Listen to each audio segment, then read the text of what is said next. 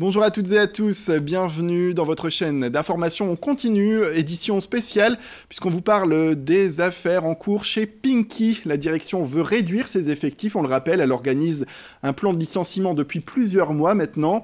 C'est une décision qui se justifie, je cite, selon la direction, par des résultats déficitaires depuis 2015 et un chiffre d'affaires 2017 en baisse de 10%. Alors le plan de rupture conventionnelle collective d'abord proposé a été jeté à l'eau, on le rappelle. La direction de Pinky a déposé donc un plan de départ volontaire qui prévoit 208 emplois supprimés. Et pour parler justement de tout ça, eh bien, nous sommes avec Valérie Pringuet, elle est du syndicat FO et elle refuse CGT, pardon, Valérie. Donc, et vous nous parlez justement de ce refus aujourd'hui de mettre en place ce plan de départ volontaire. Alors on va parler concrètement de ce qui vous pose problème aujourd'hui. Alors c'est très simple. Depuis le départ, on a rejeté le plan de départ volontaire en termes de motifs économiques, mais on aura l'occasion d'en discuter plus tard avec la direction et entre autres le 9 mars. Ce qu'on rejette aujourd'hui, c'est depuis lundi dernier, mardi et mercredi, les salariés se sont mis en grève pour avoir 3 grandes revendications, à savoir l'interdiction qui est des licenciements pour motifs personnels. L'entreprise cherche aujourd'hui à licencier des salariés qui ne seraient pas volontaires alors que leur poste serait supprimé et de leur proposer une requalification et en cas de refus, un licenciement pour motif personnel, ce qui est inacceptable et en plus interdit. Elle exclut aussi 83 salariés des magasins sous prétexte qu'ils ont une clause de mobilité et elle veut appliquer cette clause de mobilité et en cas de refus, là aussi, les licencier pour motif personnel. Enfin, en termes d'indemnité supralégale, nous réclamions salariés et syndicats à minima 10 000 euros plus 2 500 euros par année d'ancienneté. La proposition de l'entreprise concrètement est bien en deçà de cette demande. Ouais, justement, cette proposition de l'entreprise, c'est de 4 000 euros d'indemnité supralégale et d'un bonus compris entre 800 et 1 100 euros par année d'ancienneté. Voilà, financièrement, c'est pas possible pour vous en tant que salarié de bénéficier de cela. C'est inacceptable parce qu'il ne faut pas oublier que les salariés Pinky sortent d'un plan de départ volontaire en 2010 où nous avions obtenu 20 000 euros plus 1 000 euros par année d'ancienneté. Durant ces 8 années, ces salariés se sont investis, on a fait le travail, on a relevé l'entreprise et aujourd'hui, ils prennent le risque de partir avec si peu et ça, c'est inacceptable, on ne peut pas le tolérer. Ouais, il y a justement aussi cet aspect, on va dire, post-licenciement, c'est des mesures sociales que vous demandez concrètement, c'est-à-dire des formations bien claires, des choses qui peuvent vous permettre de rebondir après. Et c'est cela qui manque également, vous trouvez ? Alors, on avait bataillé durant toutes les négociations. L'entreprise était tellement partie bas dans les propositions en termes de formation au congé de reclassement. Par exemple, pour le congé de reclassement, elle ne proposait que 6 mois, que durant toutes les réunions de négociation, nous avons bataillé, même le mercredi soir jusqu'à 2h40, pour réussir à relever les propositions. Aujourd'hui, elles sont plus ou moins acceptables.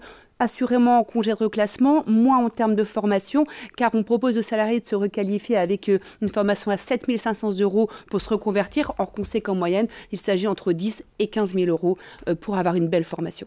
Justement, qu'est-ce que vous demandez concrètement comme formation ? Est-ce qu'il y a des idées fixes que vous avez en tête par rapport à ce plan de départ pour rebondir après ? Ce qu'un salarié a besoin aujourd'hui chez Pinky, surtout que nous avons des salariés qui sont jeunes, parfois non diplômés, ou encore plus âgés, jusqu'à 50 ans, ce qu'on demande, c'est qu'il ait l'enveloppe qui correspond à ses frais réels, concrètement, pour lui permettre de faire une vraie reconversion et pouvoir retourner sur un marché du travail qui, comme vous le savez, est quand même très compliqué aujourd'hui. Oui, très compliqué.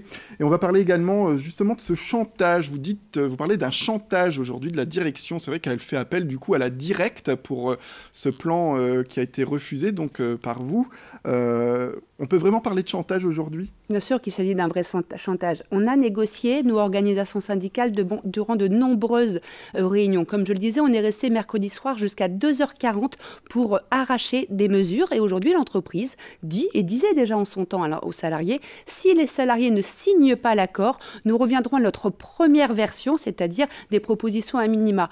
Aujourd'hui, c'est inacceptable. On peut pas, l'entreprise n'a aucun droit. Elle a toute la latitude, concrètement, pour retenir les mesures que nous avons négociées, dont les salariés se sont mis en grève pour les obtenir. Mais c'est à son habitude. Elle a souvent cette malheureuse habitude de mettre en opposition, puisque c'est son objectif, salariés et syndicats, mais les salariés ne sont pas dupes. Alors justement, qu'est-ce que vous allez proposer ? Est-ce qu'il y a des manifestations qui vont avoir lieu ? Comment vous mobilisez désormais suite à ce refus et à ce chantage, comme vous le dites, de la direction?